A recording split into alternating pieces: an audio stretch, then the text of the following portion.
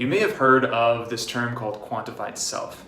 And what that is that's the process of tracking metrics of the self, whether it be running or eating or tracking your calories, tracking your exercise. And you might be familiar with certain wristbands that track your steps. But one thing that's not talked about as much is this whole idea of tracking and monitoring everything meticulously with some type of armband or wristwatch can actually be detrimental to reaching our fitness goals, primarily because it makes things overly complicated and can actually overwhelm us in the process. And what I've actually found by working with individual clients is that while these tools can be helpful for helping us track our calorie intake or track our activity when we're working out or how many steps we're getting per day, it can sometimes become obsessive or become too much to manage, so it becomes overwhelming. And in fact, when we got these devices, we thought we would get in really good shape. And 6 months later, we realized we've been paying attention to all this data, but we haven't really made much of a change overall. By the way, if we haven't met, my name is JC Dean, and I help busy executives and entrepreneurs get into their best shape while increasing their energy levels and improving their productivity at work. And if you're using a smart device, I don't want to discourage you from it. So if you're using a band or a heart rate monitor or something,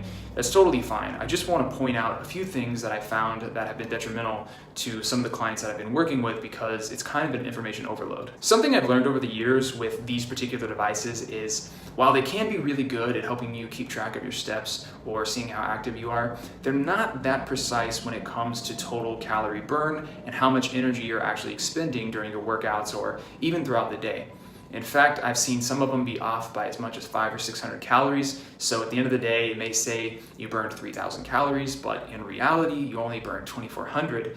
And if you try to compensate for how much it's saying that you're eating, you may not make as much progress you want with your fitness goals, because you could be overeating on accident just because you're following the calorie recommendations from your smart device. This also lines up with my experience from cardio equipment, and oftentimes you'll do 20 or 30 minutes on the elliptical or the treadmill. It'll spit out a certain calorie burn for the time spent, when in reality we found over and over that calorie burn is oftentimes higher than what's actually happening. One of the ways this gets really confusing is people will rely too much on their smart band or their heart rate monitor, and it says at the end of the day they burned X amount of calories. So if they're trying to lose weight, what they'll aim to do is eat 200 or 300 or 400 calories below their maintenance by the end of the day. So they'll look at the projection and it'll say you're on par to burn 2,900 calories today.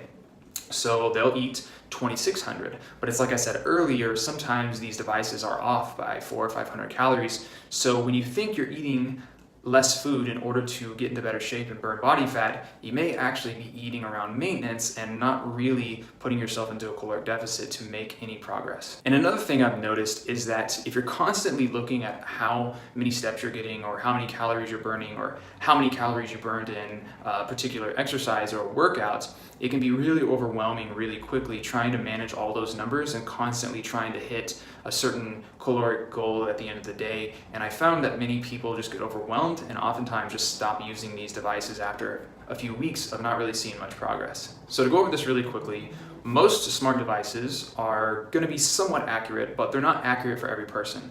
I've seen some smart devices be somewhat on the money for some people in terms of how many calories they burned, but for many other people, I've seen the estimates be anywhere from 10 to 15 to 20% higher than they're actually burning based on what's happening in the real world. Another issue I've seen is when people are trying to get into better shape and lose weight, they will oftentimes look at the projected calorie burn by the end of the day, and they'll try to undereat a little bit by 400 or 500 calories. So at the end of the day, they think they're undereating, but due to the discrepancy in how many calories are actually being burned, they're hitting about their maintenance intake. So therefore, they're not really burning any body fat, and they're hitting the calories that they need just to maintain their body weight. So after 3 or 4 weeks, they don't really see much progress. And to tack on to the last point, when you're not really seeing progress and you're looking at these numbers all the time, it's really easy to get overwhelmed and get really frustrated with the whole process of trying to track all your steps and track your calories and trying to be perfect on a daily basis based on the metrics that a machine is spitting out at you. And because I know how complicated this can be and how overwhelming it can become in time, let me help you take the guesswork out of it, and I'll help you with a diet and training program that will give you more energy and help you be more productive. Make sure you click the link below and we'll be in touch.